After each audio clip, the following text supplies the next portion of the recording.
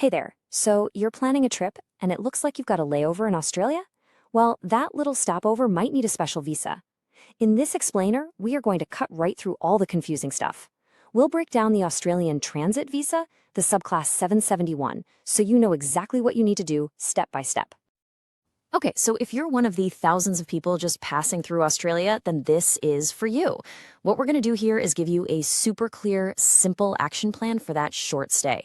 We'll cover the whole shebang, everything you need to know to make sure your trip is smooth, you're following all the rules, and you don't get hit with any nasty surprises at the last minute.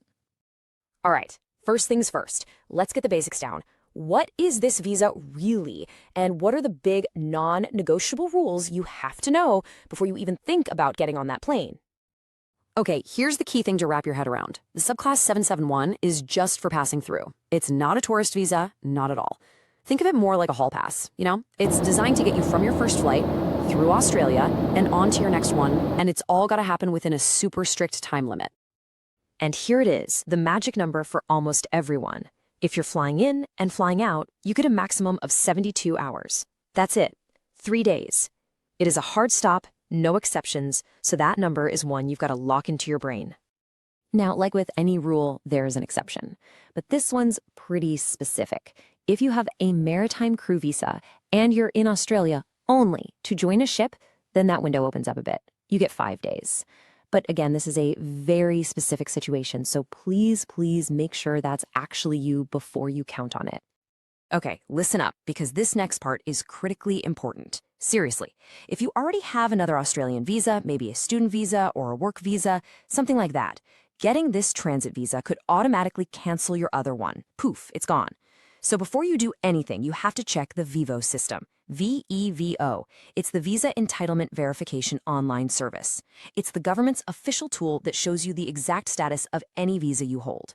You really don't want to risk losing a long-term visa for a quick stopover, so check VEVO first, always. Okay, so you've got your visa sorted and you've done that all-important VEVO check. Awesome. The next part of the adventure is actually arriving in Australia.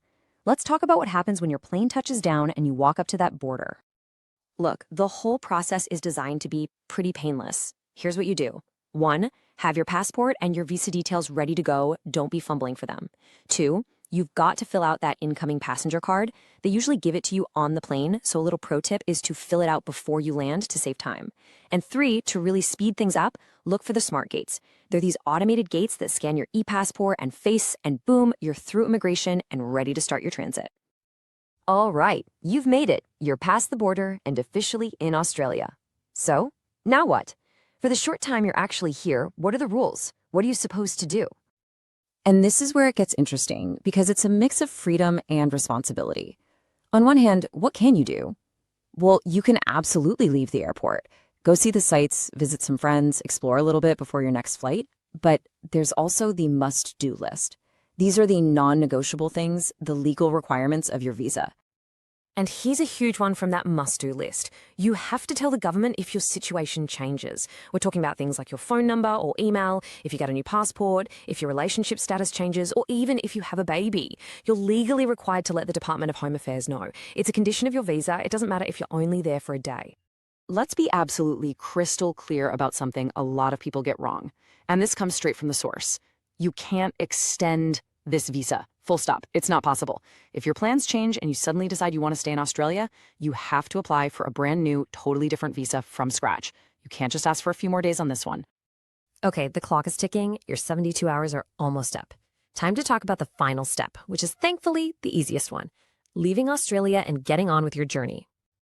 And here's the good news. Getting out is just as simple as getting in. The number one thing is just making sure your passport is still valid for where you're going next. And hey, just like when you came in, you can use those handy smart gates at the airport to breeze through the exit process. All right, let's wrap this all up. To make sure all the most important stuff is fresh in your mind, we're going to run through a quick final checklist for your transit. Okay, here are the 4 big takeaways, the absolute must-dos. Number 1, know your time limit. Is it 72 hours for a flight or 5 days because you're joining a ship? Number 2, follow all your visa conditions. And how do you know what they are? You check VEVO. Number 3, your passport has to be valid the whole time. And number 4, if something changes in your life, you tell the department right away.